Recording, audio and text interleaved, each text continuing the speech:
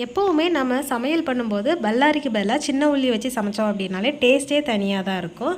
நான் இன்றைக்கி வந்து சின்ன உள்ளி மட்டுமே வச்சு சமைக்கக்கூடிய ஒரு டிஷ்ஷு தான் பண்ண போகிறேன். அது வந்து நாகர்கோவில் ஸ்பெஷலும் கூட. உள்ளி மிளகாய் பச்சடி தாங்க செய்ய போகிறேன். இது செய்யறதுக்கு என்னென்ன பொருள் தேவை அப்படின்றத பார்த்துடலாம். சின்ன உள்ளி கொஞ்சமாக எடுத்து வச்சுருக்கிறேன். காரத்துக்கு ஏற்ற மாதிரி பச்சை மிளகாய் எடுத்துக்கணும். புளிக்கரைசல் ஃபில்ட்ரு பண்ணி எடுத்து வச்சுருக்கிறேன். கருவேப்பிலை, காயப்பொடி, உப்பு, நாட்டு சக்கரை அல்லது ஜீனி சேர்த்துக்கலாம். தால்சத்துக்கு எண்ணெய், கடுகு, உளுந்தம்பருப்பு, வெந்தயம், இவ்வளோ தாங்க இது செய்யறதுக்கான பொருள். வாங்க இதை எப்படி செய்யலான்றதை பார்க்கலாம்.